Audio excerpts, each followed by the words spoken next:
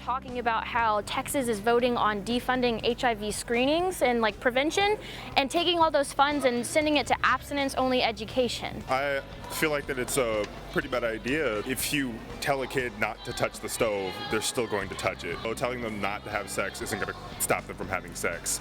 Instead, give them programs in which they'll be able to find out what it means and what not to do and how to be safe about it. Look at Texas already. It's #3 in HIV right now in the US, and we already focus so much on abstinence-only education. It's obviously not working. We've even had specialists that agreed with it, like they wanted it, that said, hey, I mean, it doesn't seem to be working, but maybe if we put more money into it, it won't, but it's not.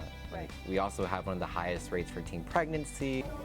I don't think it should matter how we teach about sex ed. I still think people need to get screened for their own health and safety. You could come in contact with it without even knowing. It is something that is dangerous later on in life, and if you don't know you have it, then how are you supposed to take care of yourself and get the right treatment and stuff like that? That's stupid. How am I going to know? Yeah. How am I going to know if I have HIV or not if they stop this funding, or whatever this thing is? Okay. I'm neutral about them shifting the way the funds are allocated, because what really doesn't sit well with me is that these funds are being spent in the first place, because when it comes to government spending, I say the less the better. Okay, well, I don't really believe in abstinence. I feel like choice. So I don't think they should do that. Just the fact that like HIV is like a big problem.